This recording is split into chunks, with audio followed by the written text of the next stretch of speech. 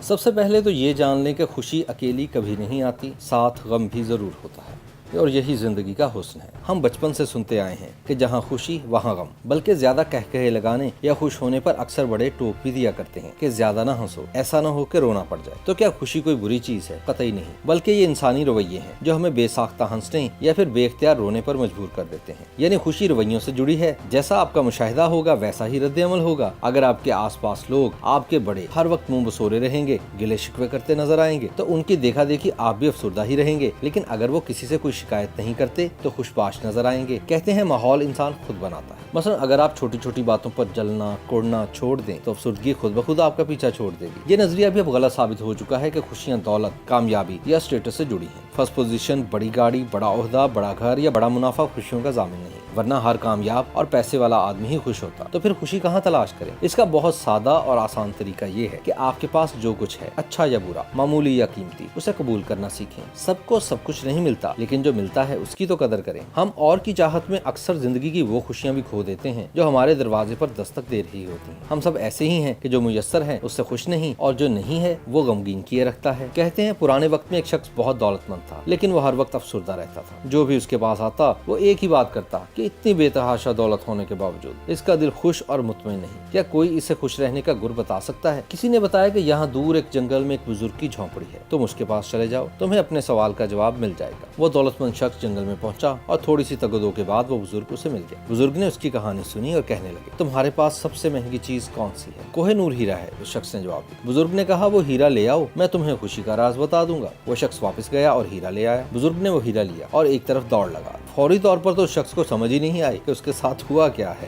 جیسے ہی اسے ہوش آیا اس نے بھی بزرگ کے پیچھے دوڑ لگا اور بزرگ کی منت سماجت کرنے لگا کہ میرا ہیرا مجھے واپس کر دے۔ خیر بزرگ نے ہیرا اس شخص کی طرف اچھال دیا جسے اس نے فوراً کیچ کر لیا اور کہا ہیرا واپس لے کر میں بے حد خوش ہوں، ایسا خوش تو میں پہلے کبھی نہیں ہوا۔ بزرگ نے کہا جب تک چیز کھو نہ جائے اس کی قدر نہیں ہوتی، جو میسر ہے اس کی قدر کرنا جان جاؤ گے تو خوش رہو گے، تو جو ہے اس کی قدر کریں۔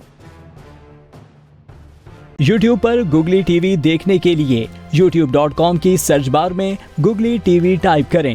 گوگلی ٹی وی کے پیج پر سرخ رنگ کے سبسکرپشن والے بٹن پر کلک کرنا نہ بھولیے۔ YouTube پر اپلوڈ ہونے والی ویڈیو سے باخبر رہنے کے لیے بیل آئیکن پر کلک کیجیے۔ آپ کو ہر نئی آنے والی ویڈیو کے بارے میں نوٹیفیکیشن موصول ہو جائے گا۔